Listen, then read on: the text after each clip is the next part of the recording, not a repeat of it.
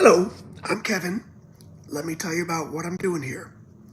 If you follow my channel, you'll know I'm all about sports history. I hate that I can't keep... I'm currently into the respective franchise histories of the Golden State Warriors, Houston Astros, the St. Louis Blues, and the Carolina Panthers. Each of these fandoms will last me approximately 1 year. Then I'm switching. Who do I follow next? I know, but you'll have to tune in. But first, I need to exhaust my list of 100 top players from each franchise.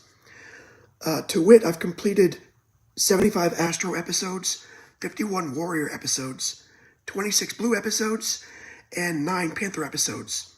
Well, that 9th one will air today, Jeremy Chin.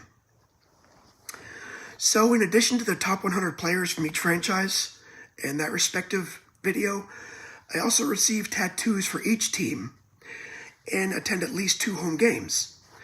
I just got back from Houston, where the Astros disappointed me by losing 2 of 3 to the West Sacramento Athletics. So this is my daily wallpaper.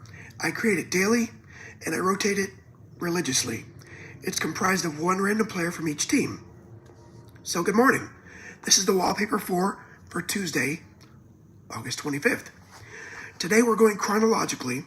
I try to go chronologically every day. Sometimes I forget. Hey, nobody's perfect. That means we're starting today a long way back with the St. Louis Blues and Curt Bennett. Gotta do this right. Bennett was actually a St. Louis draft pick. He was taken in the 2nd round in 1968, and he reached the Blues during the 1970-71 season. He was a big center for his era, the son of former NHL player Harvey Bennett, and his younger brothers, Harvey Jr. and Bill, would also reach the NHL. But Curt's career took a weird route. He played parts of his first 2 seasons in St. Louis, briefly went to the Rangers, and then really became somebody with the Atlanta Flames. Today you know him as Calgary. In Atlanta, where's the offense started? Bennett scored 31 goals in 74-75, then a career-high 34 the next year. Eventually, the road led him back to where his NHL career started. The Blues reacquired Bennett during the 1977-78 season, and he spent the next year and a half in St. Louis. His best full year back with the club was 78-79, 14 goals, 19 assists, 33 points. So Bennett's one of those Blues where the interesting part isn't necessarily that St. Louis got his best years, because they didn't. It's that the Blues drafted him, watched him become a 30-goal scorer somewhere else, and then brought him back for the back half of the story. All right, now we jump ahead about 35 years. Scott Feldman. Houston signed Feldman before the 2014 season for 3 years and $30 million. Whoa! And this was still the rebuilding Astros.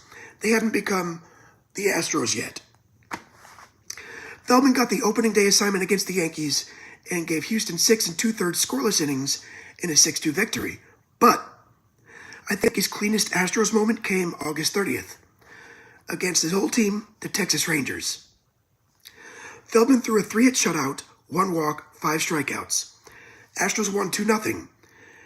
And that win clinched Houston's first series victory, the Silver Boot, over Texas since 2006. And that 2014 season wound up being the lowest full season earned run average of Feldman's career, 3.74 over 180.1 innings. He stayed through 2016, eventually moved into the bullpen, and Houston traded him to Toronto that August. So Feldman wasn't part of the championship Astros. He was one of the veteran arms who helped bridge the gap between the 100-loss version and the team that was finally starting to matter again. Next up, January 24th, 2016. Cory Brown. Yes, I didn't get out of bed today, so shoot me. So Cory Brown, or Philly Brown, depending on what year you're watching this. Brown went undrafted out of Ohio State in 2014, and he made the Carolina roster anyway. His first NFL touchdown was a 79-yard punt return against Chicago. It was Carolina's first punt return touchdown since Steve Smith in 2003, But his place in Panthers history, his place in Panthers history comes from that 2015 team. Brown caught 31 balls, caught some balls, during the 447 yards and 4 touchdowns during the 15-1 regular season. Then came the NFC Championship game against Arizona. What? Arizona? In the NFC Championship game? What? Carolina's already up 17-0 in the second quarter. Cam Newton drops back. Brown gets behind the defense. 86 yards. Touchdown. It was the longest postseason reception in Panthers history at the time.